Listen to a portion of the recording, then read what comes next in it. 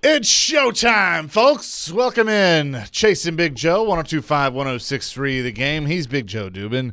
I'm Chase McCabe. Dr. Crane, Nick Frazier on the ones and twos. Even Nick Keiser is hanging out behind the glass as well. What's up? Isn't it time to bounce Keiser out of there and let Dr. Crane take over that domain? Well, I mean, Keiser's hanging out. He's doing some editing. Okay. Some posting. Long as the boss man approves it, that's fine with me, man. It's a multi-purpose place back here, Joe. Okay. Yeah. And, Dr. Crane gets lonely, so we'll give him a friend every now and then. As long as they don't scare me. So what is this that you have brought into the studio today? is this a humble brag or we got to jazz it up a little bit, man. Is it on the stream? Can you see it on the stream? I don't know if probably not. You sound No, like you somebody else that used to be in here and was too worried about things being on the stream. But anyway, lift it a little bit, Joe. So okay, let everybody yeah. see. It's just sitting around the. I brought a little friend in today, and that is all right. That is one of 3 Emmys. That's one of 3. We're gonna jazz a place up a tad. Do you have a name for it? No, I don't. Hard work, Emma, determination, Emma. There you go. Perseverance, lucky, whatever. Yeah. So, which one is that? This is the one that I got for Stick Figures. Nice. Yep, Stick Figures Sportscast. For those of you that don't know, when he was at Channel 4, this was and it's funny because Tim Corbin's going to join us today. It was the College World Series, right? It was not. I did get nominated for that one. I did not win. Okay, what was this one for? This one's for the Chiefs-Titans playoff game in 2017. That Mariota caught a pass from himself. Okay. Yeah, correct, sir. Yeah. So he could not. Was the game still going on? Is that what it was? Correct. So you cannot show. NFL's got this crazy dumb rule. As long as they're going, you cannot show highlights until they put up the copyright.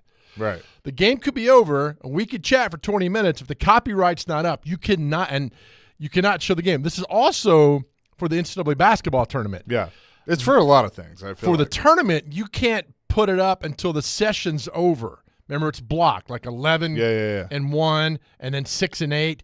So even though if the Vols play at 11, their game's over at 12:30, and you go on the air at 1 o'clock and the game's over, just hypothetical, you can't show highlights.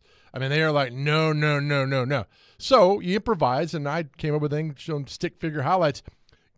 And there was an anchor that I worked with, will not name this person, who thought it was the dumbest idea ever and said, are you really going to do this? And I said, I am.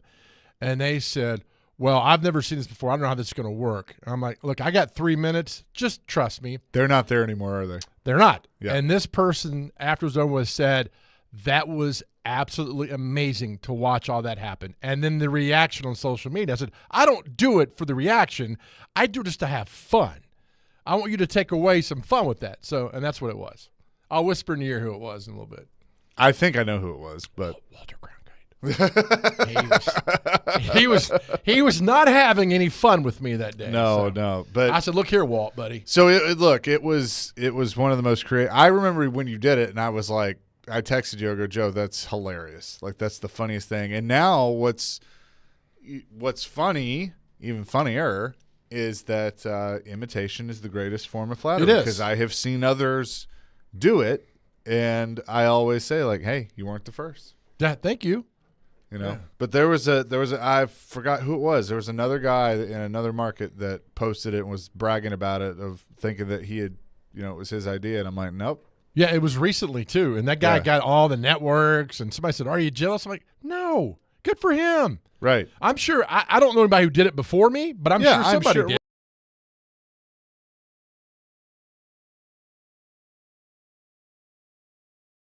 Like, they come up with an idea that's, one, they're not the first to come up with it, but it's like if you use their idea, it's like, how dare you?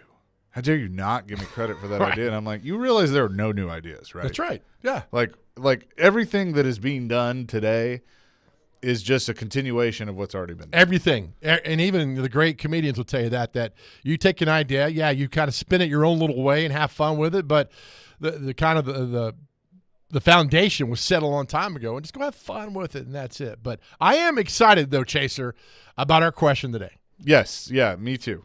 So our question today is, Eli Gold was let go from Alabama yesterday. A lot of Alabama fans are not happy about this. Eli came out and said, look, I'm healthy. I'm good. This was not my decision. So a lot of Alabama fans are up in arms about this. Coincide with today being the 44th anniversary of the Miracle on Ice, which I think is the greatest call of all time, Al Michaels. So our question of the day is, on our text line, 615-737-1025, who is your all-time favorite play-by-play announcer, and what is your all-time favorite call? Now listen, the play-by-play announcer does not have to have your favorite call and vice versa. Your favorite call could be Jack Buck calling a game or Pete Weber, and you could have another favorite announcer you grew up with. It doesn't matter, but we want to have who your favorite announcer is and your all-time favorite call, and Dr. Crane will play some of the snippets throughout the show today. I'll start. Look, I love Chip Walters, so I got to work alongside Chip last year. Yeah. Commitment, dedication, his devotion, everything, the work he put in that, I was just mesmerized each week. So I love Chip Walters calling games. I see how he does it. So to me, I'm retiring Chip to the rafters because I got to see that firsthand.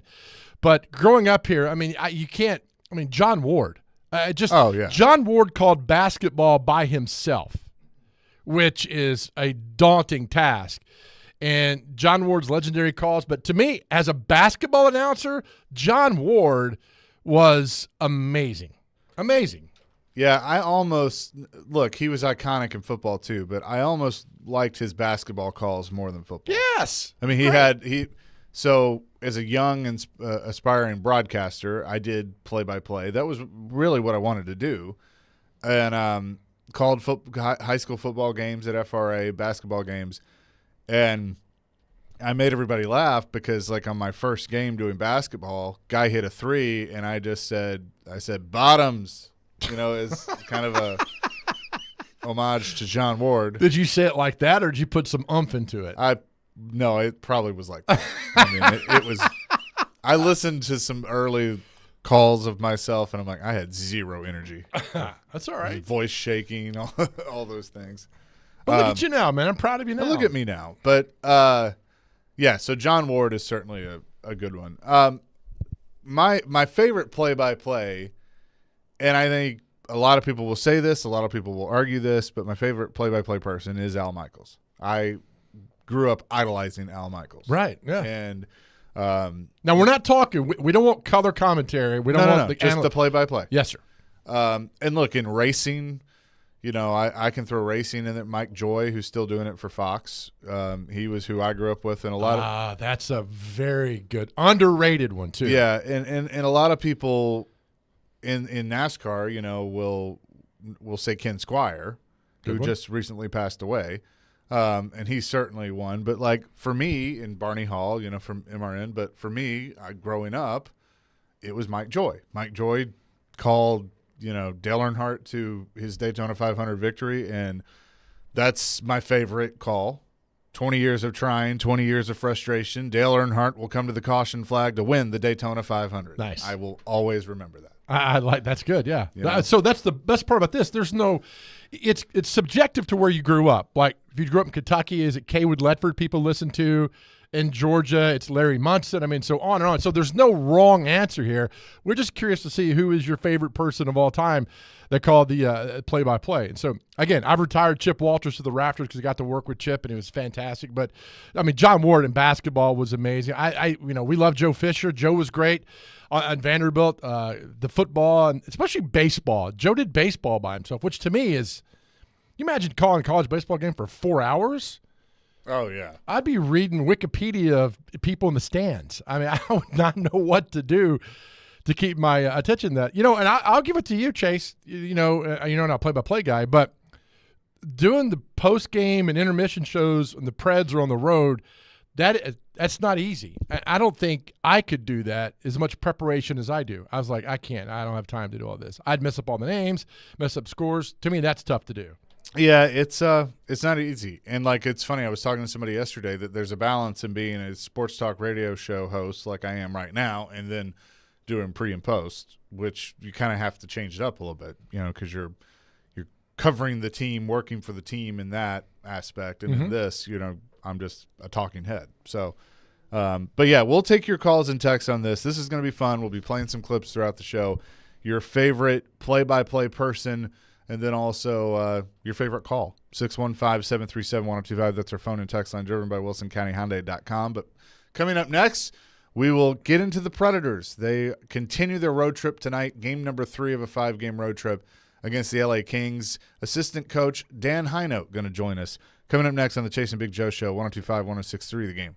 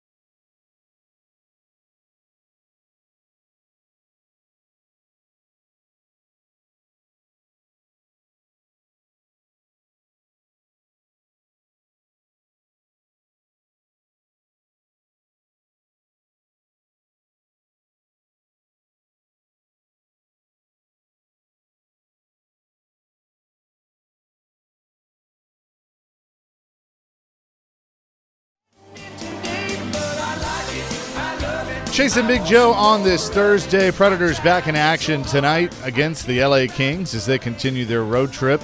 I'll have an extended pregame for you with Willie Donick at 8. Official pregame at 8:30, and the puck drop just after 9:30 with Max Hers and Hal Gill here on 102.5, 106.3 The Game. Let's say hello to assistant coach Dan Hinote, who is on the line with us and out in Los Angeles. Coach, good morning. How are you? Good morning. I'm doing great. How are you guys? I'm doing fantastic, and I know you guys got to feel good. 10 goals in your last 2 games and a variety of different guys chipping in on that. I know that has to feel good. Yeah, that's kind of been our Achilles heel this year, is that secondary scoring. So, I think we found a pretty good rhythm. I really like that line of Woody, Big Mac, and Smitty right now. They're kind of our energy / identity line, I guess, if you want to call it that. And, they're just going to work. And it kind of sets the tone for the rest of our line. So it's been great because they're chipping in. You got Novak, Evangelista chipping in. It's been a lot for that top line to carry us this far. So it's nice that they're getting a little reprieve and we're not having to rely on them night in and night out because, game 60 to 82, it gets harder and harder, right? So you can't just be a one-line team and have success. So it's great that it's coming right when we need it. Yeah, and look, you've been a player in this league. You've been a coach in this league. You know all about the 82-game season, and there are lulls in a season. And sometimes there are just flat-out bad games. And you guys had a bad game, and Coach Brunette and Barry Trotz made a decision to focus on the team and the season and hockey and all those things. And it seems like in 2 games that has certainly worked. But having looked at it from 2 different sides as a coach and a player, how did that help you, coach this team and get these guys through that tough time and then come out on the other side and do what you've done the last 2 games? Well, I think, no different than any human. You have to go through some stuff. You have to get closer, to build, to grow, right? So, that was our stuff. And every team's going to have it, you hope, because what you don't want is to get to game 82 and not have had your stuff yet, because it's going to happen. So you just want to, so for us, it's kind of perfect timing because we're still in the mix. We went through our stuff. We got closer as a group because of that stuff, right? Because you have the hard discussions, you throw the punishment around, and the good thing is they responded, right? The last 2 games, you've seen it. And the work they've put in and practice. You should see these animals practice right now. Like it's inspiring stuff, and it's translating. And so they're reaping the benefits, the rewards during the game, which is what you want because when you practice as hard as these guys are practicing, you want them to have success on the ice in games because otherwise it's not sustainable. But when they're getting the results, they're like, well, I guess A equals B. So it's been great. And like I said, from both a player and a coach's standpoint, you're always going to have this come to Jesus thing during the season, or you hope you do. You really do, because that's a chance for you guys to grow stronger, have those tough conversations, kind of be vulnerable a little bit, be angry, because we're a family. There's going to be things in your family. So to me, it was a great response, to some adversity, and I think we've grown closer as a team. We're talking to Predators assistant coach Dan Hinote here on the Chase and Big Joe show. Coach, good morning. This is Joe here. I got to say thank you for getting up at 7 o'clock on the West Coast and doing this. So thank you for that. Yeah, it's my pleasure. I like to get up early anyway, so this is perfect. Well, you're good. I always asking the players this, and I've never asked a coach this for hockey. Do you ever get time and watch the TV copy of the game just to see if there's something maybe different the announcers might have said or an analyst might have said that maybe you didn't see during the game? Oh, yeah. Yeah, I mean, you can't get enough information, and you have to be careful how you say that in today's analytic world. But, it's sometimes it's just one little thing, and you're like, oh, you can hear the same thing 10 different ways, and then the 10th one clicks for you. And so we're all kind of cut from that same cloth where we like all the information. We may not use it, but we like it because then we can, sift through it. So more the merrier. And some of that information, a lot of the announcers, especially the ones we have in Nashville, are very knowledgeable and, they've played and they've watched thousands of games. So they're as intelligent about the game as anybody. So there's an opportunity there to learn something. And maybe, like you said, they see something that maybe you don't, because sometimes when you're so close to it, you don't see all the big picture stuff. Oh, great. Or sometimes you see what you want to see, or and you can't get past your bias. So it's nice to have another voice. What's it like? I mean, you played the game for so long and you were so good at it, and now to be able to give back what you've learned. I know a lot of guys talk about being coaches, but they never do, but you actually get to do it. What's the best part of your job, Coach? Well, the best part is I made every single mistake you could make as a human being through the league. So my favorite part is kind of being like, guys, don't do this because this is what happens. And then, hopefully they never make the same mistakes I made, right? Like, it's like, why they shouldn't have to go through what I went through, and, both on the ice and off the ice. So to me, that's my favorite part, is just kind of steering them away from the bad areas of both on ice play and off ice decisions, and if you can affect them that way, I think they benefit, exponentially as a player and as a person. And so, you don't have to, it's not necessarily like taking the guy, putting him on the wall and showing him how to take rims. It's more, it's bigger than that for me. So it's overreaching stuff, about working hard and doing the extra and getting your sleep and your nutrition, but also, take care of your money, make sure your wife and girlfriend are in a good place, like you're, blah, blah, blah. And so to me, that's the fun part of coaching, is kind of getting a little piece of their life and trying to make it better, both on and off the ice. Well, and I'm sure it's even more fun for you right now with so many young guys that, have been here or in Milwaukee and back and forth. And, as you guys kind of put a new stamp on this team, that has to be rewarding for you to work with guys like the newly 22-year-old Luke Evangelista. Yeah, he's a special kid, and a lot of our guys are. He's a fun kid. Yeah, he just has that energy. You can't manufacture it. You can't. But when you see it, and he's got it. TJ Oshie had it when I play with him. Like there's some guys that have it, and he's one of them, which is really cool. And it's great because you get all these young guys and they're just wide-eyed, and we have, veterans that want to help, right? Like O'Reilly grabs these guys by the ear and teaches them the way. And same with Forsberg, Yossi, McDonough, go down the list. These guys are great leaders for our guys. And so, they all take responsibility in that role. And as coaches, we kind of do the same, but you want to give them space to do it. You can't just be a hovering coach or a mother that way, where they have to make their mistakes, right? And you have to give them space to do so that you can teach them after, because if you don't let them make the mistakes, they never grow. So it's been a fun process with these young guys, and actually, because when you have a young team, you can actually make changes in their lives. Older guys, they've kind of been there and done that, and you might tweak something here and there or give them some advice, but for the most part, they've figured it out. So the young guys are always fun to deal with. Coach, Chase has all the really good hockey questions. I have the really goofy, dumb ones. Playing for so long, and I know there's a lot of jawing go back and forth. As an assistant coach, do you still jaw against the opposing team if somebody does something, they skate by? Do you say something, or how do you hold that back? Because if it was me and somebody did something to my players or my team, I don't know if I could hold my mouth. Yeah, no, that was probably my first year on the bench. It was really hard, right? And I was a person that did talk a lot, when I played. So that became, and a lot of the guys I played against at that point, right? I had just retired, so we had some old battles. I had some old wounds that maybe hadn't healed yet. That I was, but I also understood, like, it's not a fair thing to do as a coach to talk smack, because there's nothing they can do about it. You know what I mean? So I don't like to partake in that. I mean, trust me, I'm saying it, they just don't hear it. And,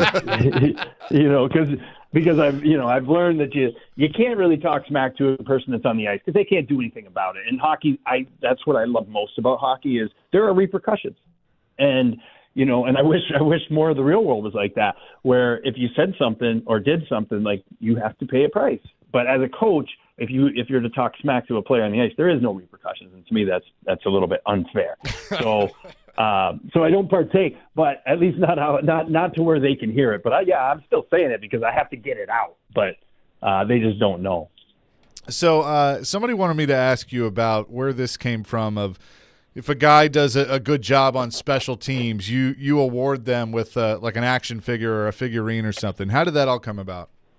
Well, you know what?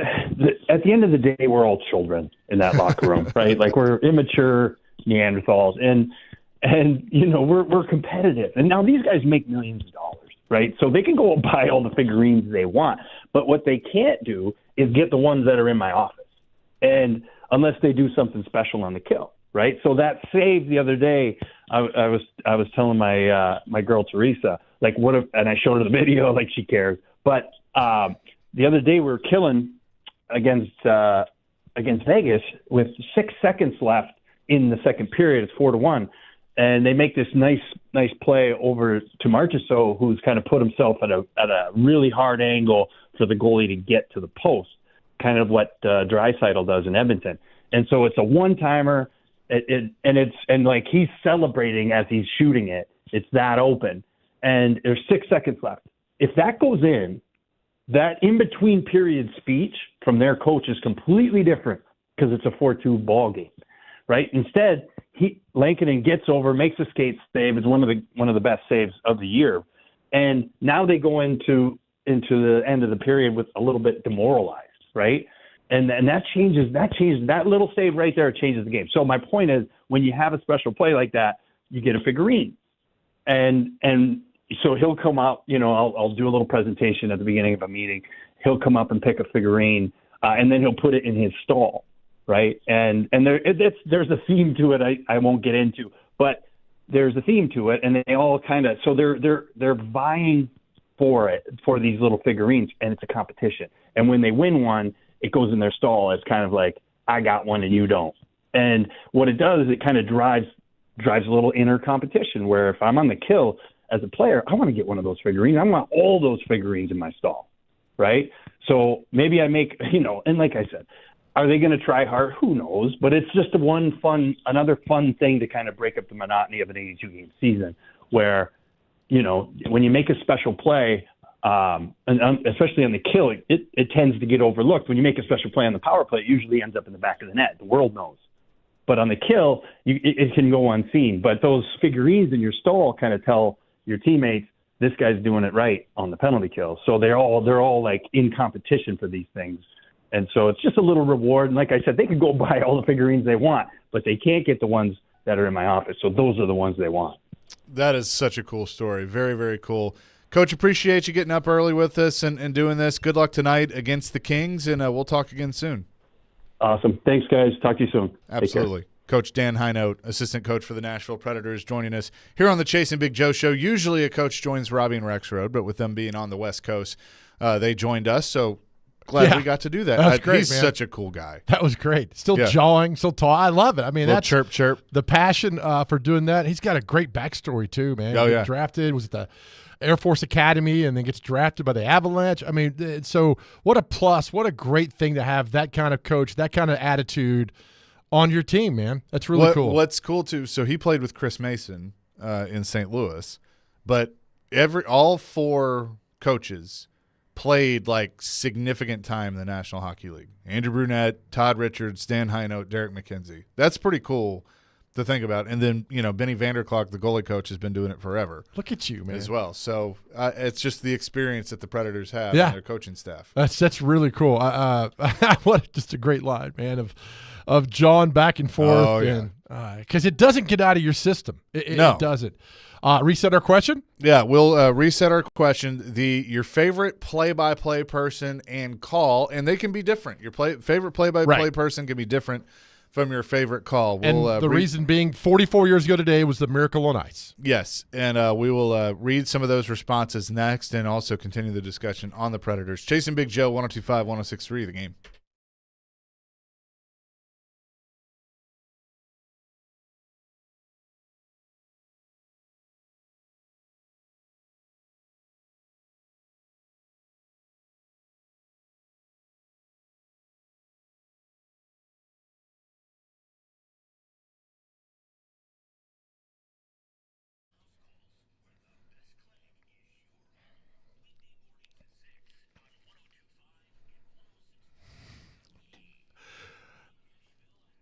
Yeah, Big Joe here. And speaking of medical house calls, I love hearing from all of you that have used medical house calls and love the experience and their care. All right, here's how it works. One, you're going to give them a phone call because all visits start with a phone call with one of the great providers to determine the extent of your needs. Second, pick your treatment. Answer a few questions. They'll provide you with the best treatment options: home visit, telehealth, or virtual prescription. Third, my friends, you're going to feel better in no time. Their great medical staff will get you up and running and, yes, feeling better. Board-certified nurse practitioners and physician's assistants will guide you the whole way. And in fact, Chuck McDowell used medical house calls, so impressed with their service, their commitment, and their care, he bought the company. Just visit their website, medicalhousecalls.com. Go there and see all the numerous fantastic reviews they've gotten. Again, that's medicalhousecalls.com, where the Nurse Clinic is your home.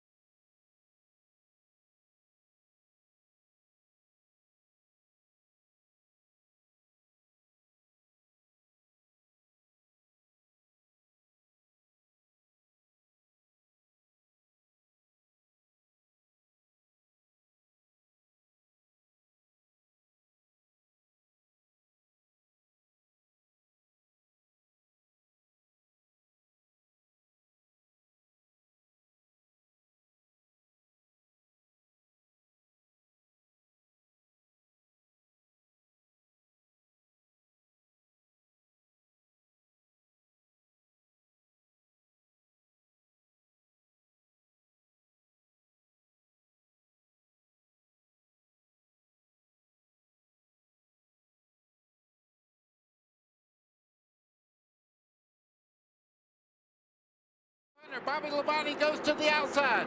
Labonte up high. Earnhardt uses the lap car of Rick Mast as a pick. 20 years of trying, 20 years of frustration. Dale Earnhardt will come to the caution flag to win the Daytona 500. Finally, the most anticipated moment in racing. If John Elway can win the Super Bowl, Dale Earnhardt said he could win the Daytona 500. And if he comes around under caution to complete this final lap, the taste of long-awaited victory will be his. Checkered flag. Dale Earnhardt finally is a champion of the Daytona 500. Look out on pit road. Every man on every crew has come out to the edge of pit lane to congratulate the man who has dominated everything there is to win in this sport, except this race, until today. Mike Joy Goes the grab. calling Dale Earnhardt home for his one and only Daytona 500 victory. You can tell I've listened to that call a few times because I knew exactly when to It's a great start call. talking. I mean, you hear the emotion, too. Like, everybody involved in that sport was happy for him that day. Oh, yeah. What was the music you played after that? Was that like Dallas. Oh, okay. Yes, it is Thursday, so I was trying to do a little combo that's of both. fine. That's good. Yeah. I was like, oh, it's a happy little tune that they went out on. So that's cool. Yeah, that's an iconic. I mean, that was an iconic moment. I told you, I was at NASCAR Cafe shooting a story and seeing the entire restaurant in tears. Oh, yeah. And that's not a joke. I mean, everybody was bawling to see the effect that Dale Earnhardt Sr. had on these people, and that was just a fantastic call. Romo, I was reading this. Our question today, and thanks for all the great responses to your favorite all-time play-by-play announcer and then your favorite call. It does not have to be the same. Now, this is twofold. Eli Gold was let go yesterday in Alabama's call on the football games. People are not happy about that. Eli says he's completely healthy. He beat cancer, and he's healthy. He's fine, and they want to go a different direction. And today's the 44th anniversary of the Miracle on Ice that happened, and the U.S. beat Russia, and folks don't remember they had to go beat Finland 2 days later, or one of those other countries 2 days later to win the gold medal. I don't remember who it was. That's the funny thing. I don't think wasn't it Switzerland? Like I don't remember. I don't think people even remember who they beat to win the gold. And the game was tape delayed, if I recall, 1980. So what I'm going to say is that when the Chiefs won the Super Bowl, Jim Nantz kind of took a step back, right, and was like, let the moment breathe. Yeah. And then Romo just pounced in, and a lot of people are like, just let it go. And look, put yourself in that situation. You're excited. I mean, you prepare for that? Are you like, get caught in the moment? It's just a tough thing, but there was a lot of people upset at Romo for doing that. Can you, Nick, I know we're kind of getting you all over the place. Can you pull the Pete call, the Western? Because this is what Pete taught me.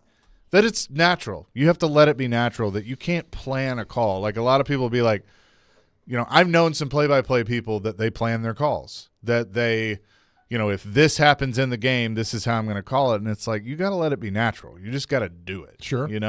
So like when the Predators punched their ticket to the Stanley Cup final, I don't think you could have. 2017. In 2017, you couldn't have written this any better. And there we go, folks. Sit down if you need.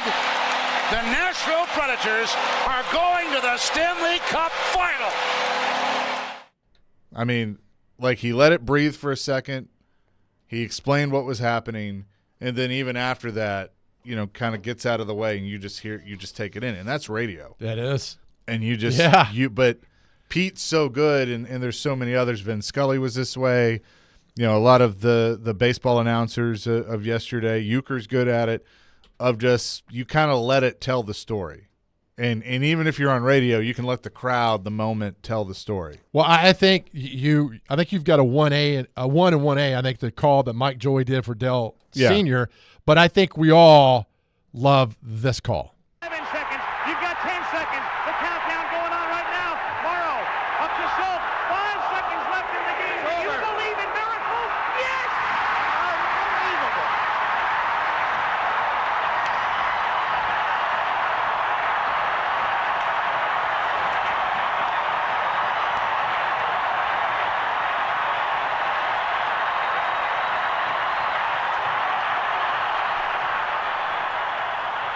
It's perfect.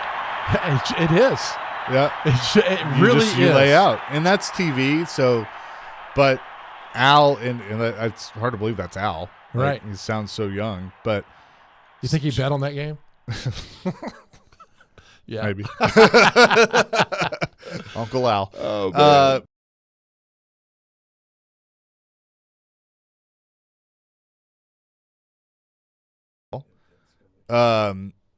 But there are others, like a newer one, Kevin Harlan. I think Kevin Harlan is a fantastic play-by-play person. We got somebody called in or texted on our text line. Please text in 615-737-1025. We got a lot of responses. No Dale Earnhardt slander by your dumb friend that texts all the time. Don't read it. He's a bonehead. We got a lot of this right here, Dr. Crane. Sachs waiting on deck, but the game right now is at the plate.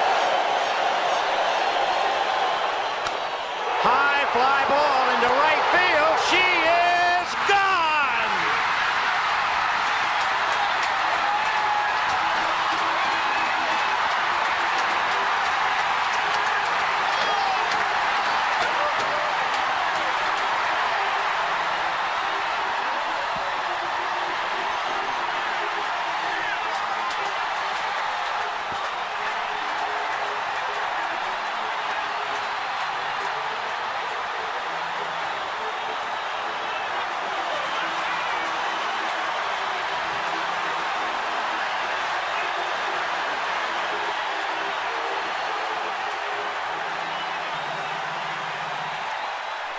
So Kirk Gibson, that's what that is. Yeah, Saturday night, man. Vin Scully I mean, and we all remember that moment. I mean, and I think that was the day Tennessee played Alabama up in Knoxville in 1988, and we were watching that game at night, and then he could barely. I mean, Kirk Gibson was walking to the plate the same way I get out of bed every day. I mean, I could barely move.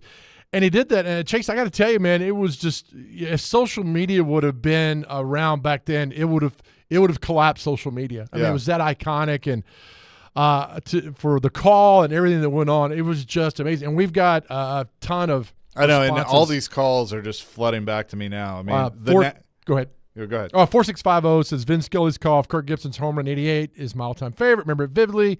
Also, I spend my mornings driving and making deliveries. You guys help me get through the day. Well, we're glad we could do that, Patrick. Thank you, buddy. The NASCAR ones that keep coming back to me.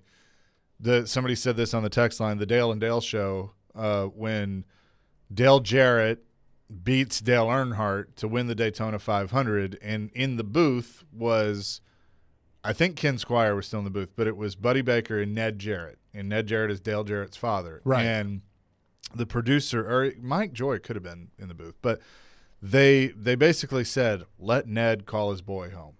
And Ned Jarrett got so much crap for that, and like called him home, and it's an emotional call, and he's crying, and they show his wife, and goes, there's Martha, and she's a proud mama, and I'm a proud papa. He did exactly what he needed to do. And they had this interview with Ned interviewing his son, and it was just really, really cool. And everybody was like, that's unprofessional. Like, who would say that? And Dale Earnhardt, who finished second, who once again, missed winning the Daytona 500. He basically looked in the camera and he said, anybody giving a daddy crap for being proud of his son needs to get out of here. Right. Like, I have no problem with that whatsoever. That is a dad cheering on his son, and it was a really cool thing. And I hope I have the chance to do that with mine one day. Wow. Yeah. That's fantastic. Yeah, I would love. I mean, it's a situation you put yourself in to call that is amazing. Yeah, a few more rolling in here. Pat Summerall for best. Mm-hmm. Then we're doing play-by-play. There's a lot. We got several. Terry Crisp. I agree, but Terry is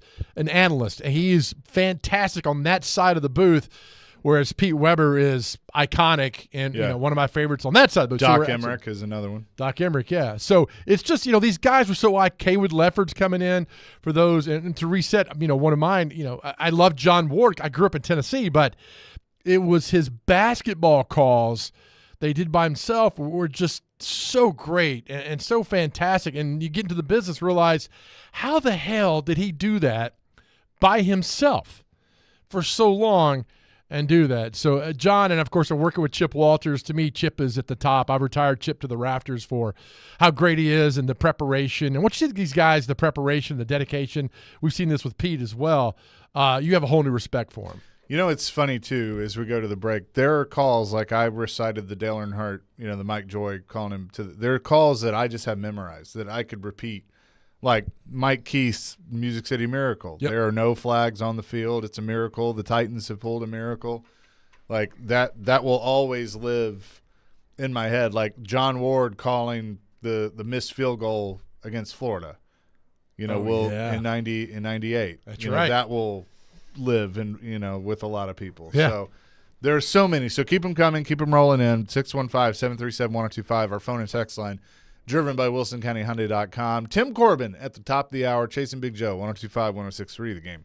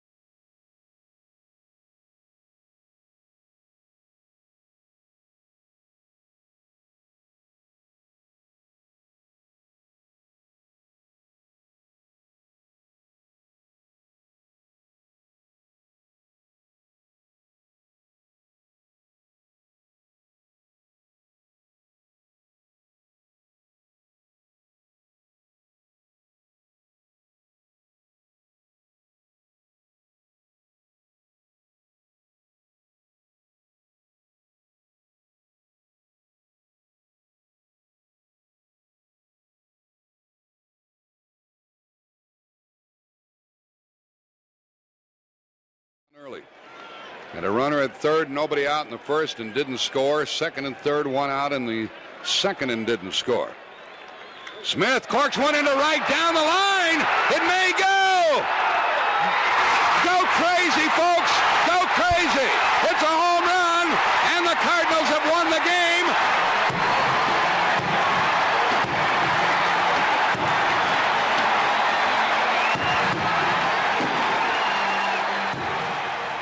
Jack Buck, a classic, calling the Cardinals.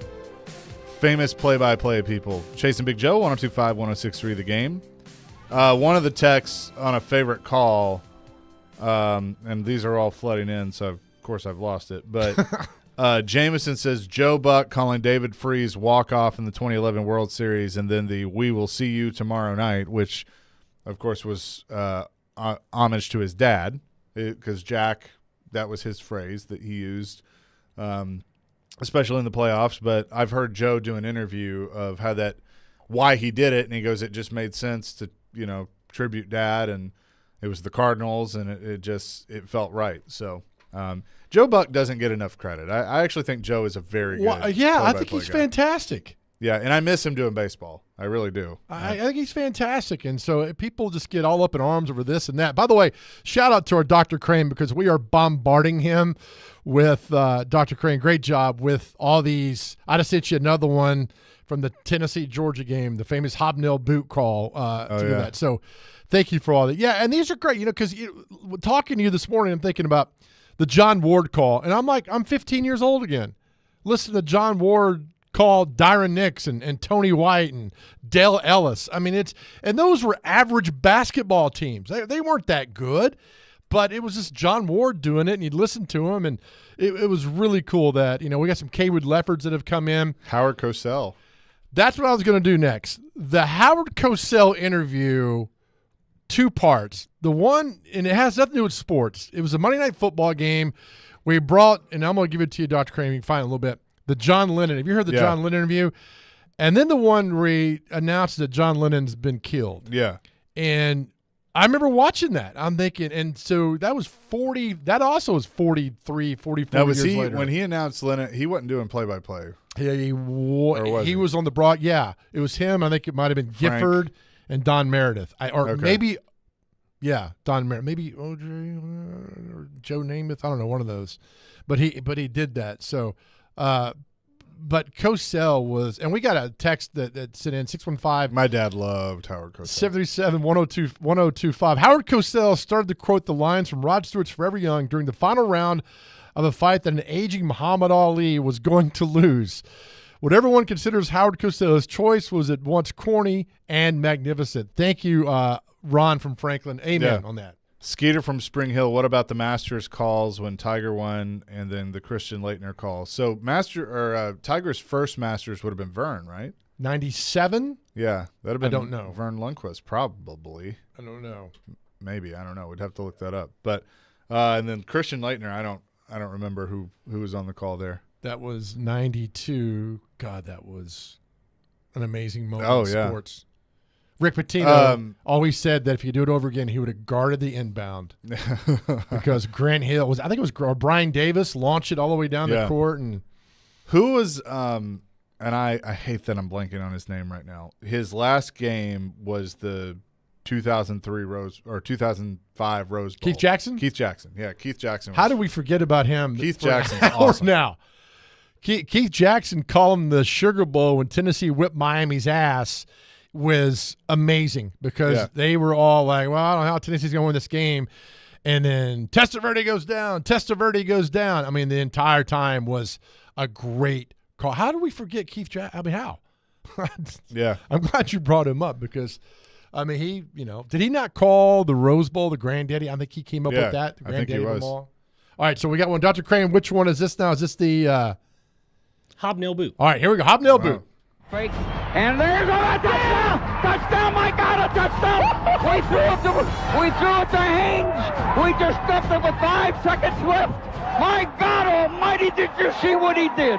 David Green just straightened up, and we snuck the fullback over. Haynes is keeping the ball. Haynes has come running all the way across to the bench. We just dumped it over. It's 26-24. We just stepped on their face with a hobnail boot and broke their nose. We just crushed their face. We dumped it over. David Green brought us flying down the field.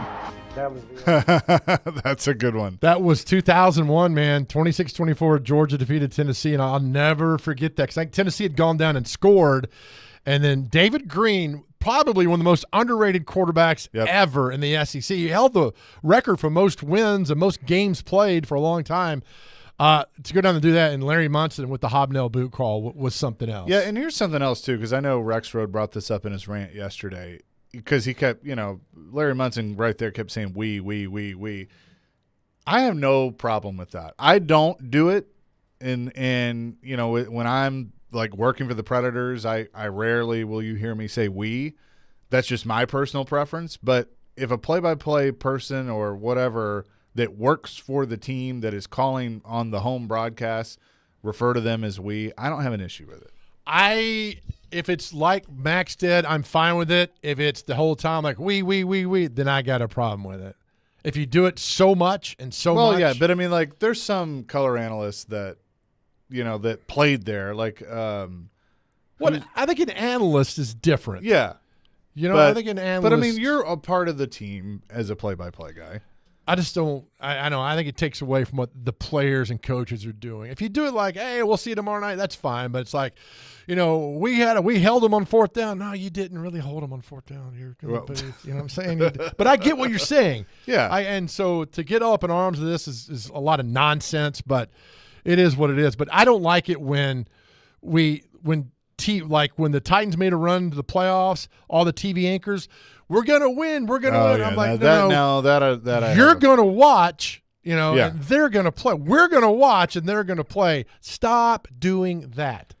Now that bugged me. Coming up next, Vanderbilt baseball is up and running, and we'll have our first conversation of the season with our man Tim Corbin. Always enjoy the conversations with Corbs.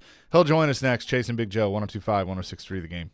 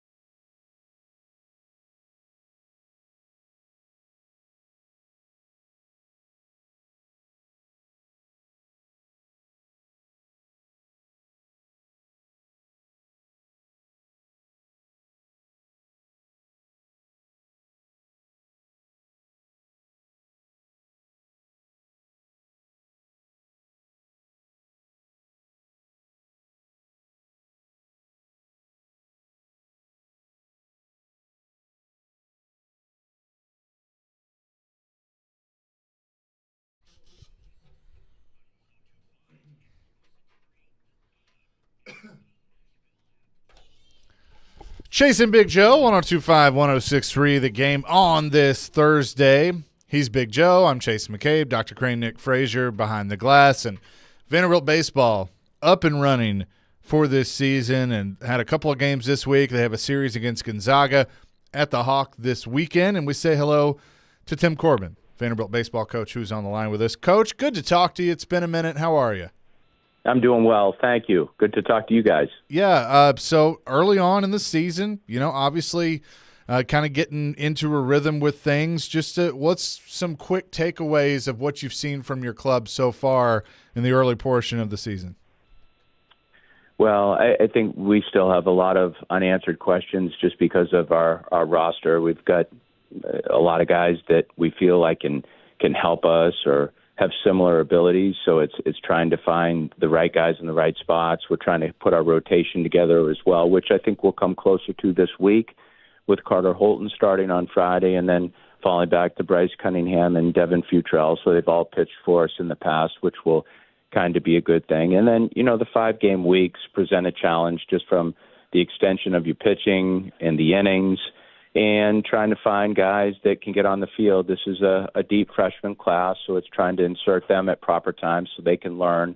But at the same time, we've got some older kids who can help us as well. So there's a balance. So still learning quite a bit. I mean, the record says 3-2, but, I don't even look at the record right now as much as we look at, okay, what areas do we need to grow in right now? And you don't really know that until you play an opponent. And at the same time, when you play an opponent, you don't know what level they are or what level you are. So there's still a long way to go, which is very encouraging.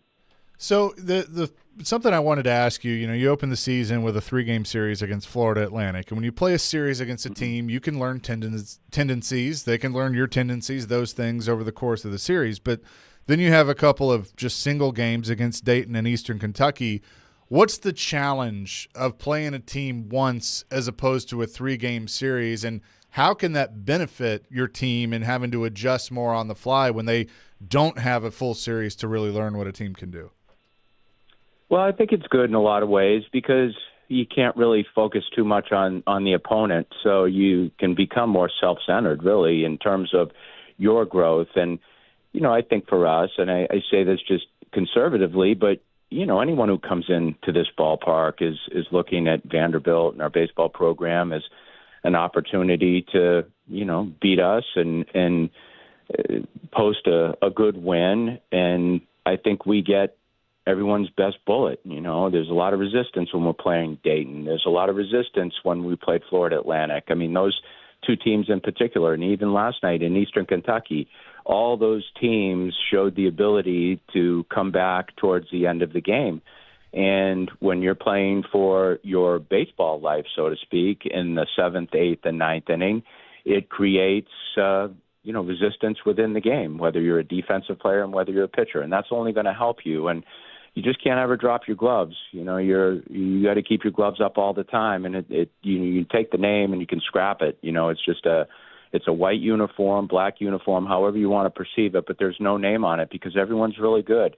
And I mean that. There's a lot of good players. College baseball's never been in a situation where you look across the country and you've got 200-plus teams that have a lot of good players that could be playing in the SEC or somewhere else. They just happen to be on other teams. But what it does is it forces you to get to your level because, as we've seen, you can get knocked back really quick. Tuesday night at a 5-1 lead, and then we imploded in one inning, and next thing you know, we're walking off the field and the other team's celebrating. So those things can happen. We're talking to Vanderbilt head baseball coach Tim Corbin. Coach, it's so good to talk to you again and hear your voice. You talk about having a deep freshman class, but these guys know it, right? They know that the target is on y'all's back because of the success that you've had, in the 10, 15, 20 years. Does it take a while for them to understand that, or should they know that going in? Well, I guess you would think they should know that going in, but they really know it when there's a party on the other side of the field after the game's over. They understand what it feels like because it's real. I mean, and I think it's very real when teams come in here. I mean, they're very prepared. Everyone's trying to play their best, and if we're playing local teams, you're facing a lot of kids that were in our camps that said, I'm going to show you why you made a mistake and didn't recruit me. So there's a lot of that. And then, of course, in the SEC. So, yeah, I think when you've had a consistent program for a long period of time, it's, there's times where you have to reinvent yourself, but at the same time, we're another chapter in this big book of Vanderbilt baseball.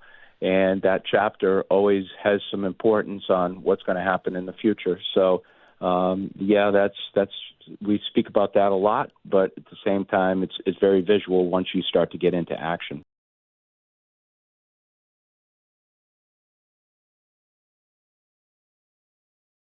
If I remember correctly, I'm paraphrasing. I wish them all the success in the world, but I'm only focused on who's here. And I guess that's kind of the way you got to coach. Is like you can't worry about who didn't come, who didn't show up, who went to another program. You got to take care of what's in your own dugout, correct?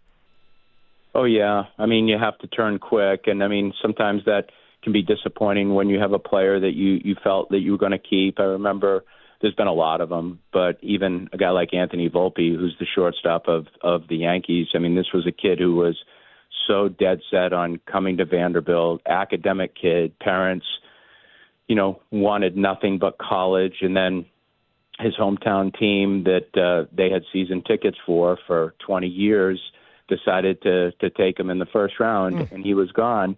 And I love Anthony. He's a wonderful kid, but you have to remove your emotions immediately once that happens. Say, okay, it's on to the next player because you can't do anything about that. And it's kind of the uncontrollables of life. You don't have control of the draft. You don't have control of people's decision-making skills. So it's all about what you have here.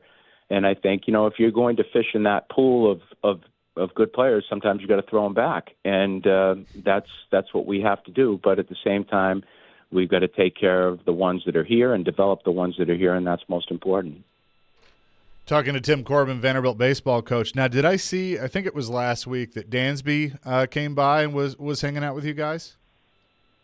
He was here for a wedding, and so he came back on Friday and Saturday. It was good to have him here. He got down to the field and was talking to some of the kids. Some of the infielders had some questions for him, so that was good. And Dan's he's a philanthropic kid. He gives back in so many different ways. I mean, the fact that, he just shares his number. He's a very simple kid, really, when you think about, his major league life and what he does. He really concentrates on this, and he's got a wife that is rehabilitating, and she's got her own career in soccer, so they have a very active life. But this is a guy who's going to be a dad someday, and I just love what he's about. I love the life that he's created, but I say simple because this is really, he just wants to immerse himself in his team. He loves to win. He loves to get better. He loves to think of ways to get better, and he opens himself up and shares, and I love that about him. How beneficial, and you've talked about this before, is it, though, to have guys like Dansby and others that, have come through there and gone on to the majors, and had such great careers. Kyle Wright, we've had him on a few weeks ago and talked to him, but that they can come back and they can speak to your kids now and, not necessarily about, hey, this is what you got to do to make it to the bigs, but just talk ball and simplify things. How much does that help you from a coaching aspect? It's great. It's all like automatic street cred. They come in here and it's like a library of information, and we have a lot of kids on the field. They've left now, but you look down here at this time right now in January, and it's kind of a who's who of major league players. And I think that's the cool part. If Sonny Gray's throwing a bullpen, then most of our staff is down there watching him. If they have class, they don't, but they make sure that they see him. But it's still funny, though, how even when Dansby played here, when Pedro Alvarez would come back, there was some hesitancy for Dansby just to go up and talk to him and ask him a question. He would.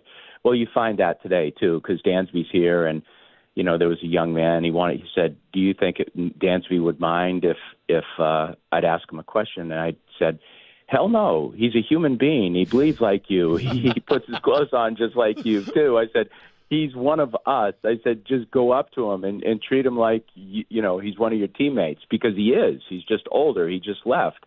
So it's funny how that still works. But they could say anything, and it wouldn't matter. Those kids, they look at that as gospel, and it sticks to them, and I appreciate that. I don't know if you remember this or not, Coach, but every time, Sonny Gray's name comes up, I always think about me and you in Clarksville, 2007. Yeah.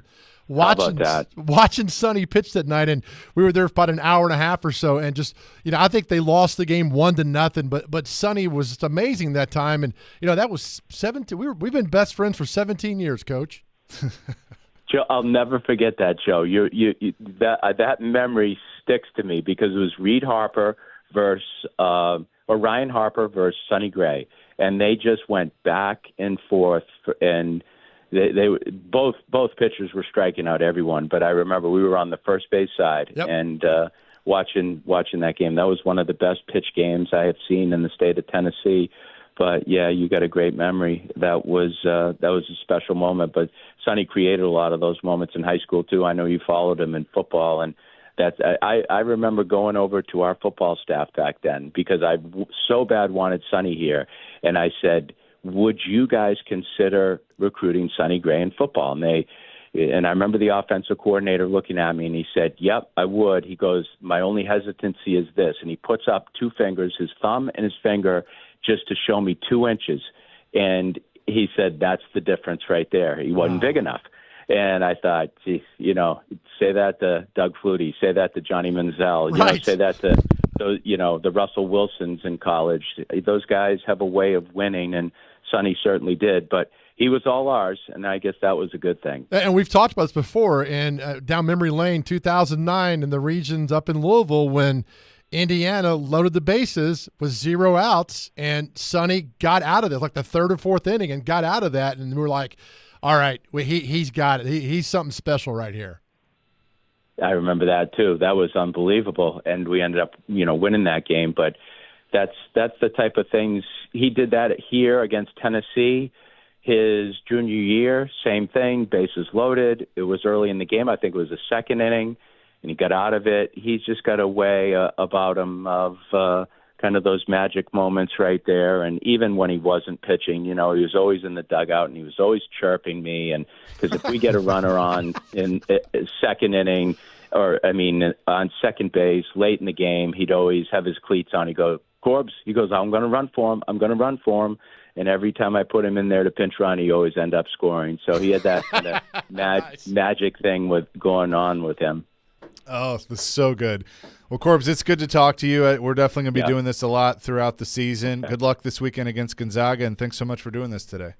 Okay. Chase, Joe, thank you very much. Absolutely. Tim Corbin, Vanderbilt baseball coach, joining us here on the program. And, yes, we will be talking to him quite a bit as now Vanderbilt baseball is on our airwaves. And, I do want to make sure people understand this with – so much going on at one time, Preds, Vandy basketball, women's basketball, baseball, they do tend to rotate around a little bit. Sure. Tomorrow, the game number 1 of that series will be on 94.9 The Fan starting at 4:15. On Saturday, also on 94.9 The Fan at 1:45. And then Sunday afternoon, right here on 102.5 The Game, starting at 12:45 against Gonzaga. So it does get a little confusing, but we have several stations, several options, but we are the home of the Commodores. So well done.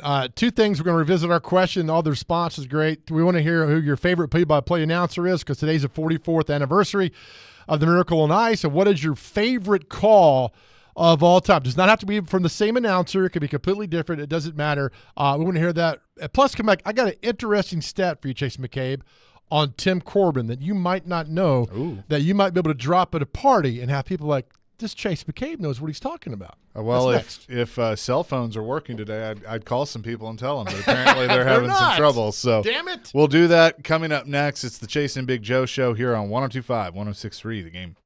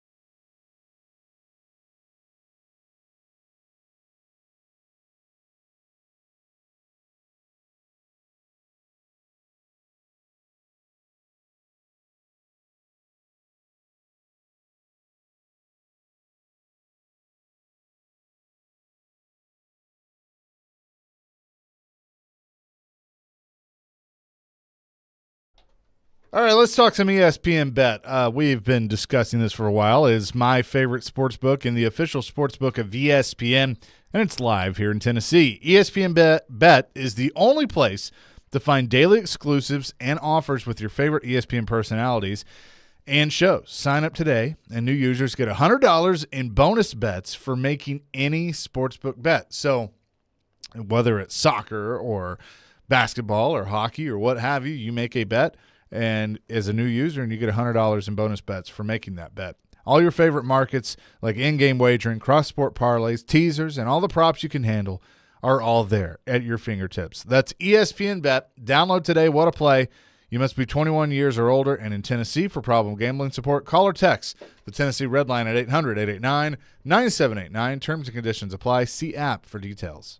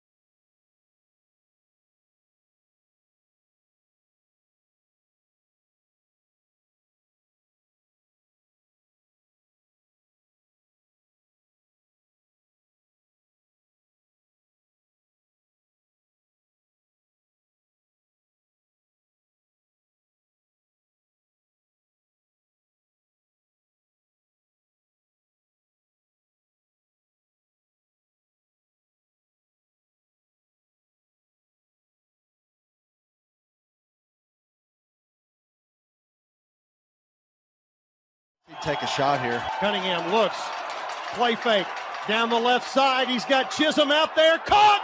He's gone! He is gone! He is gone! 99 yards! Touchdown, Middle Tennessee! DJ Ivey! How about that? Ivey was the man who was beat, and Chisholm turned on the Jets, and it's a 99-yard pass play. Show me that smile. We'll Chip Walters for you as we play some play-by-play clips. Chasing Big Joe, 102.5, 106.3 The Game. Broadcasting from the Spring Hill Heating and Cooling Game Nashville studios, keeping your home feeling comfortable all year round. We were kind of joking about it, but did want to mention there is a pretty big outage for AT&T customers today. They released a statement, quote, "Some of our customers are experiencing wireless service interruptions this morning. We are working urgently to restore service to them. We encourage the use of Wi-Fi call-in until service is restored." That coming from AT&T. So, no, several of you have had issues this morning with your phones. So just wanted to pass that along that I guess they're working on it. So still going on too. Yeah. So if you can't call out, you can text. So there you have it. This is how they control us, Chaser. I guess. Mine's working good. So continue the responses on some of you on the text line are just are crazy. 615-737-1025, your all-time favorite play-by-play announcer, and your favorite call of all time. Dr. Crane's been throwing some of those up today because Eli Gold came down yesterday. The announcement in Alabama, he's not being retained, says he's healthy. So I don't think he's done yet. He'll find something. I agree with you on that, Chaser. I think he'll comes back for that. Also, all right, so keep him coming in. We're going to read some of those in a moment. And also the 44th anniversary of what we think the greatest call of all time is, the Miracle on Ice with Al Michaels. All right, the Tim Corbin stat. All right? Yeah, hit me. There are only, hold on, 1, 2, 3, 4, 5, 7 college coaches who have won multiple national championships still coaching. This is in all the sports. Football, basketball, baseball, women's basketball. Can you name any of them? Multiple championships, any sport in college. So Tim Corbin is one of them. Let's start in football. Can you do football? Okay. There are 2 in football. 2 Current, in football. active. Dabo. That's one. Okay. Active college football coaches. That's one. Dabo's one. Here's your clue. Vacuum cleaner. I don't know what that. A vacuum cleaner. Yeah. From a commercial. It's a brand. Hoover. Nope. What else do you know? You know more. Not a Dyson. Dyson. What's the next vacuum Dirt cleaner? Devil. No, not a Dirt Devil. Bissell. No, not a Bissell. Come on, you got when you know this, you're gonna be like, oh man. See, I probably know the answer, but now You do. You've confused It's me. an SEC coach. An SEC. Saban just retired. Hugh never won one. DeWalt? I don't know. Oh, come on. See now there's too much pressure now. Just who is it? Kirby Smart. Oh, Kirby. Yeah. Kirby vacuum cleaner. I didn't know there was a Kirby vacuum Are they still around? Is that like a? See, I knew the answer to that, but I just my bad. You threw me off. You should have said a hint for like brain or intelligence. Well, here's my thing. Like on questions like this, I'm not good at them because then I put too much pressure on myself and I overthink it. Had I just like aren't you doing the promotions for hymns? You should have no pressure. You should take some pressure off. Yeah, it takes some pressure off. Well, it puts man. it. Never mind.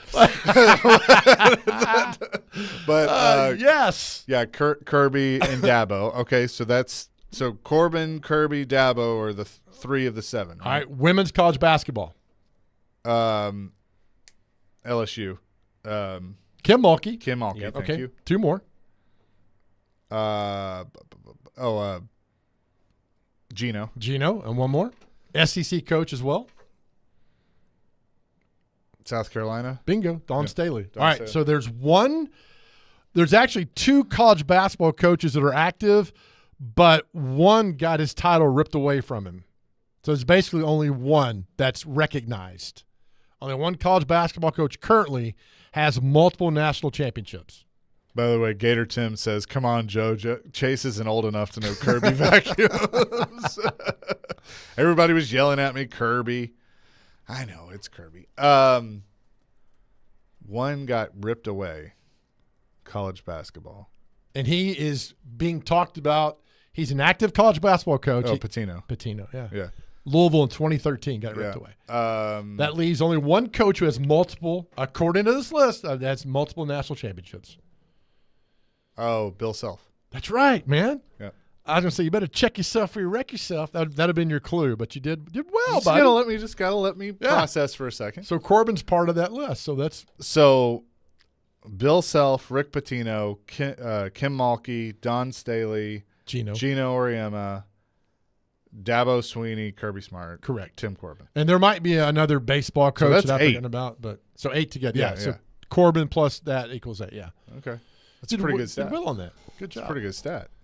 Thank you so much for that. This is what we like to do. We like to teach the people different things. Wes in Clarksville, this outage from AT&T shows us how much people depend on cell phones. Madness on social media about it. Well, I mean that's how they're going to get us one day, right? That's what I'm being told. Yeah, I mean, here's the thing. Like, if I could get rid of mine in social media and everything and be fine and able to do my job, I would, but I can't. So no, it's but he's right. That's for sure. By the way, so I know you're not a video game person, but you know that the college football video game is coming back, right?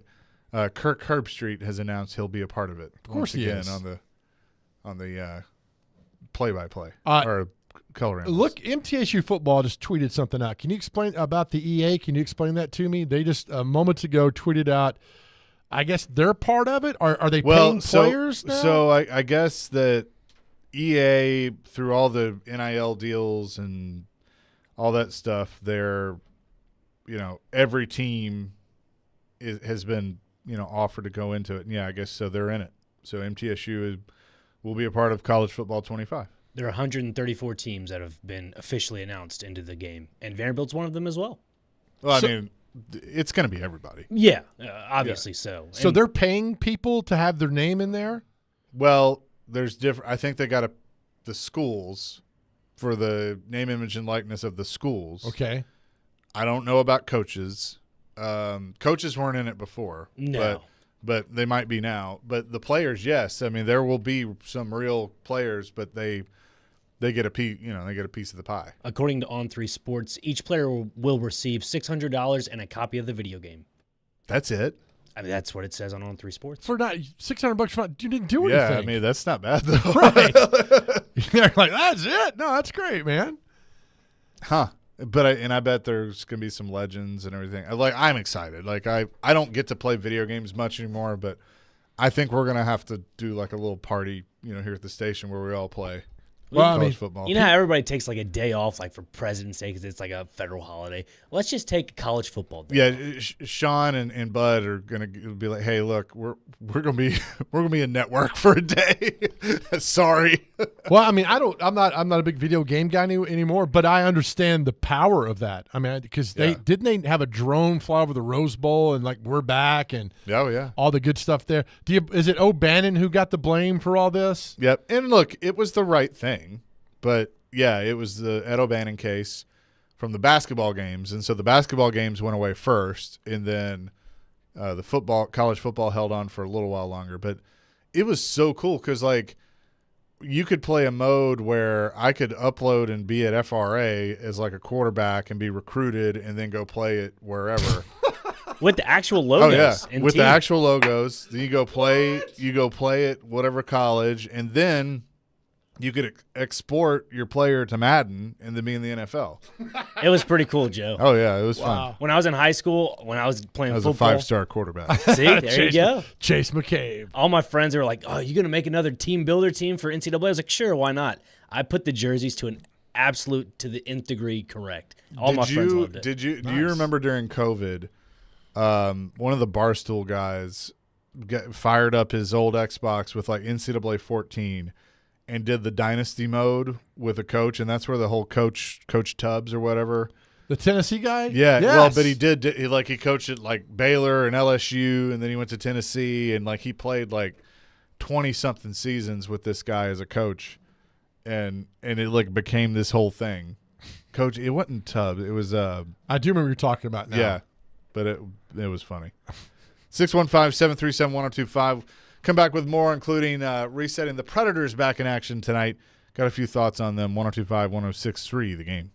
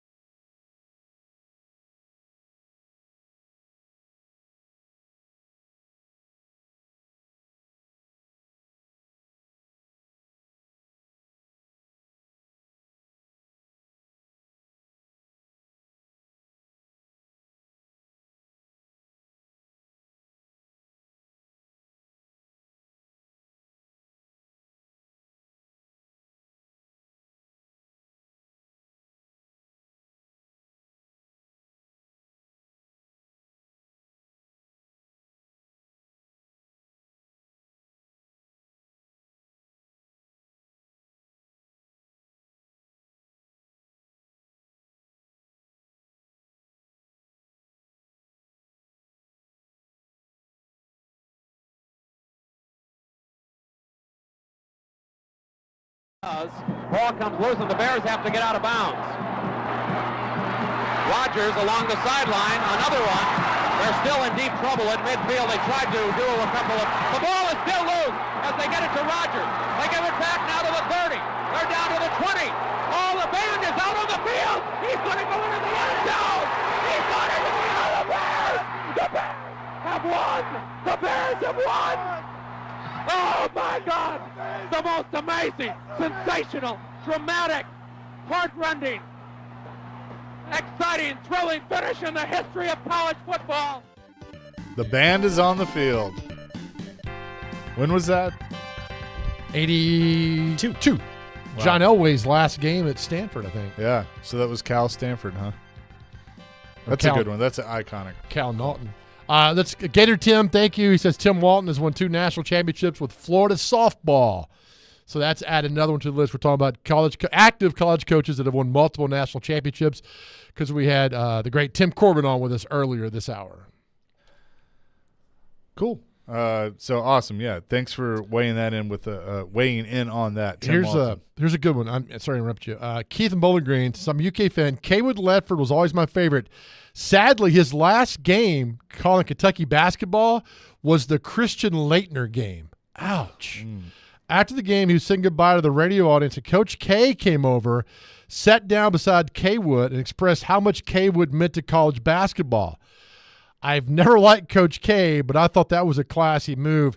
That is a hell of a classy move. Oh, yeah. To do that, because that was at that point, Coach K only won 1 national championship the year before, and then he won it in 92 next one. So that one. Dr. Crane, see if you can find that one. Kaywood Ledford calling the Duke-Kentucky basketball game. Thank you, Keith and Bowling Green. I did not know that, and that is an interesting factoid, so thank you.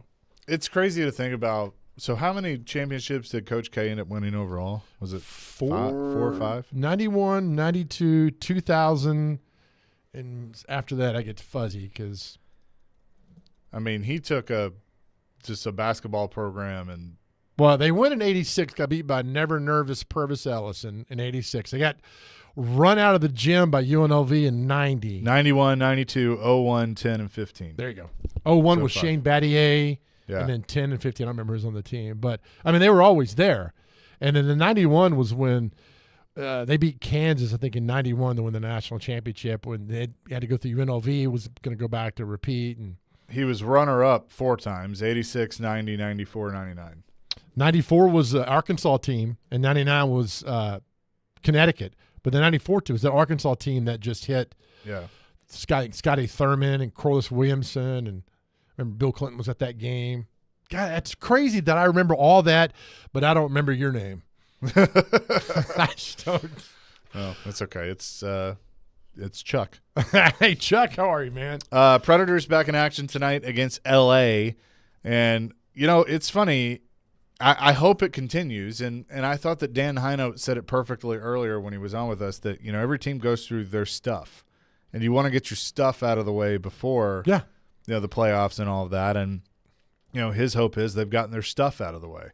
You know, they lose 9-2 to Dallas in the worst game I've ever seen, like, with them. I mean, it's just terrible, just awful game. And then they bounce back, and in their last 2, they've scored 10 goals, and they've given up 5. So, you know, in Vegas gave them a fight the other night down the stretch, but they were able to hold on and win at 5-3. They're going to have a tough one tonight against L.A. because, you know, the Kings are right there fighting for a playoff spot just like the Predators are. They're 4th in their division with 66 points. And you look at the wild card, Predators are tied with St. Louis trying to get in. The Kings have that first wild card spot with 66 points, so they have a pretty good hold on that right now. But, you know, this is going to be a tough test yet again tonight. I remember years ago when Barry Trotz on here talking about all that's to come and all that's to come down the road, and I remember him saying, let's just take care of tonight. Yeah, one game at a time. Let's take care of tonight and see where we are after that. If we focus on what's Saturday or what's Sunday, we'll get I think we'll get our butts kicked tonight. So Go out and win. I mean, did I think they'd beat Vegas? No, but they beat Vegas, and anything could happen. And so you go out and beat the Kings. I mean, what if you just go through this road trip? You win tonight, you win the 2 this weekend, you come back to town, you're on fire, you're feeling good, you're playing your best hockey, and you roll into the playoffs. And there was some, again, this tired argument, Chase, that I hate is like, well, I'd rather them get a great draft position than get beat in the first round of the playoffs. Well, how do you know they're going to get beat? How do you know? Is that the same mindset they had in 2017? Because there was a lot of people, because they were, when you break both conferences down, the Preds were the 16th ranked team going in, right? And they're playing the number 1 team in the Blackhawks. Look what happened. I hate that sorry-ass mindset of, let's get a draft position. We don't need to get in there. No, man. The goal is to get to the playoffs and to win the Stanley Cup. And you can only do that by getting to the playoffs. Yeah, you got to get into the show. That's for sure. And now you got me mad. Barry Trotz. Well, I didn't do it. Barry Trotz is, going to obviously be monitoring what happens with the trade deadline and what his team does. I mean, if they continue to win, then I think he's going to be looking at more adding than subtracting to see what this team can do in the playoffs, and that's exactly what he should do. I mean, I said a few weeks ago that they were at the point where I'd probably start taking calls to sell off, but if they play like they have the last 2 games, then we're going to be having a different conversation because that has been good Predators. Now they got to do it at home. Right. That's the other thing. They got to do it at home, and they haven't been able to do that. Terry wants to weigh in on the national championship. Terry, what's up? Okay, it's Perry. How you guys doing? Good. How are you? What's up, man? Fine. Unless someone has already called in, you left the name off of the multiple championships. Okay. That was Tara Vanderveer of Stanford basketball. She's still coaching? Yep. She was. Yeah, I mean, this list was an active list that we saw. Her name wasn't even on there. Thank you for that. Okay, you're quite welcome. Yep, appreciate you. How damn them not having her on the list. Yeah, it wasn't on there. See that? I mean, look, it's a great stat, but they always leave somebody off. Well, it's not your fault. I'm calling somebody right now. This is get on the horn. Simply unacceptable. I do have one more. Mississippi State head baseball coach Chris Lemonis. I believe that's his correct pronunciation of the last name, but won in 2021.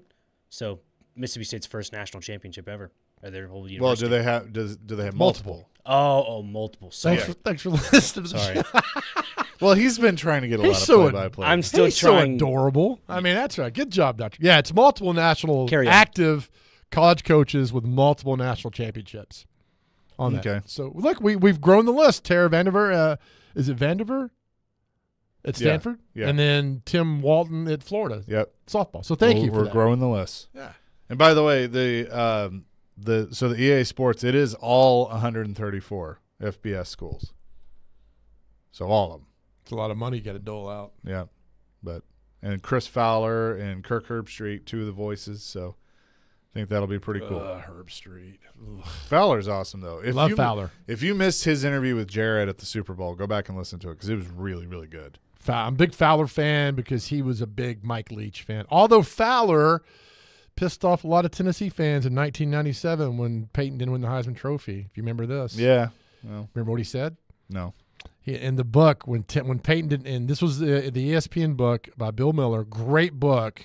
Those guys have all the fun? Yep, great book.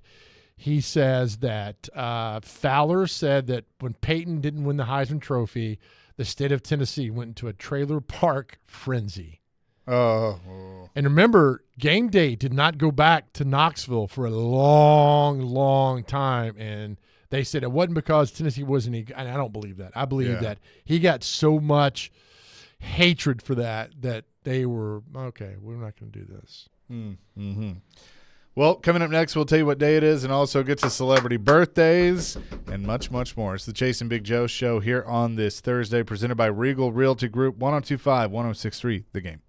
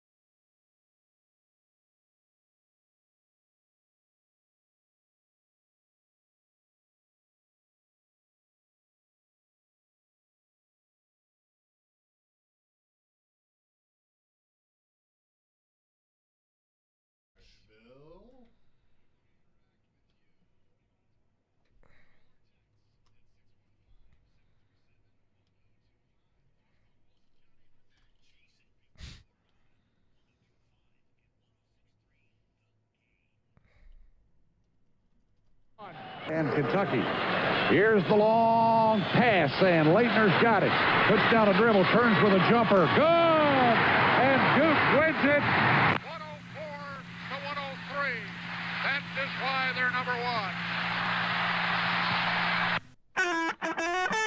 Chasing Big Joe, 102.5, 106.3 The Game. So that was Haywood Jeffries. Kaywood sorry. Kaywood. Thank if you. Haywood Jeffries made that call while also playing for the Houston Oilers, that would have been good. Damn good talent right there. That's okay. Look, you were 4 years old when that happened. It's okay.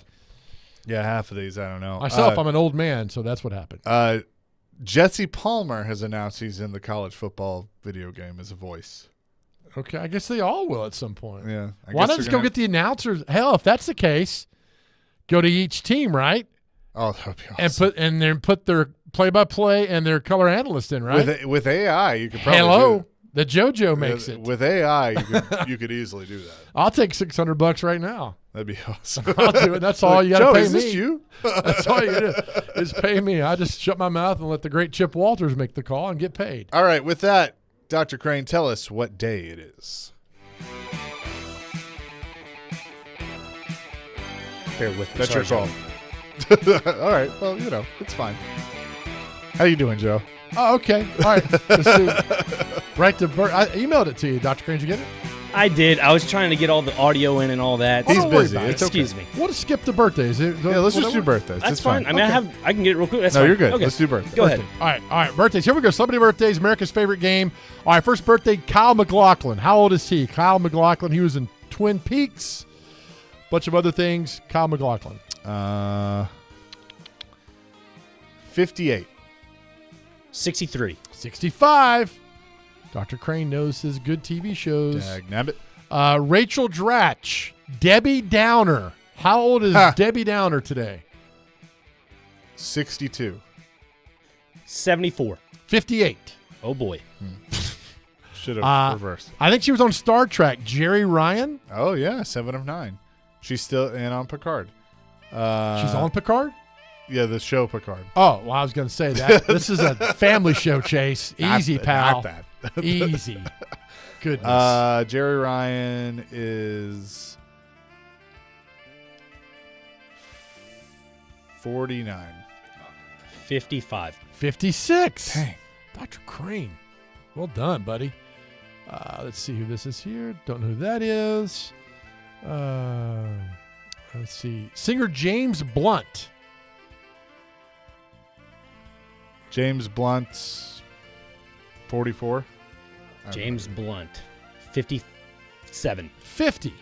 Okay. James Blunt is 50. Drew Barrymore. And by the way, have you seen her talk show? It's on Fox, I think, right? Yeah. She's just different. She sits next to the guests and pats their hair. It's a weird show. You tried to I do think that she to got me that from once. yeah. Well, I sat in your lap. And yeah, it's weird. Yeah, that during the whole show. I think Drew kind of watched you a little bit and was like, no, I'm doing my own spin on it. How old is Drew Barrymore? Drew Barrymore is 56. 53. 49. What do I know? That's right. What do you know? Let's see. Oh, Toby Flanderson from The Office. Paul Lieberstein. How old is he? How old's Toby? 52. 59. 57. Oh, Dr. Crane's little Greg Maddux shutout going on here. Painting the corners. Well done. Let's see who else. Oh, yeah. Drummer Scott Phillips of Creed. Rex Road, are you listening? Got to get that, Joe Rex Road. How old is Scott Phillips of Creed? 48. 54. 51. You're so close there, Dr. Crane. I almost said 53. All right, we're going to end it on this one right here. One of you two have to get this. The great Dr. J. How old is Dr. J today? Julius Irving, 72. 81. He is 74. Chaser, you lose 3-1, but you get on the board. But you get on the board. Well done there. Again, thank you. Thanks for all the interaction. You guys on the text line and the listeners are fantastic with all the responses today. So shout out to you guys. Thank you. Indeed. That is going to do it for us. Caroline, Willie, D. Mace next. Yeah, as we leave you every show to our guys out there, we're just now listening to our show at the end. We talk to the guys out there that are struggling, having problems. Listen, go talk to somebody, please. You can dial 988 on your cell phone, and you talk to us anytime you need to. I know times are tough. It's okay not to be okay. Understand that. But also know that we love you, and our world is a better place because you are here, and I want you guys to know that. Amen to that. Peace, love, rock and roll. Caroline, Willie, D. Mace next. 102.5, 106.3, The Game.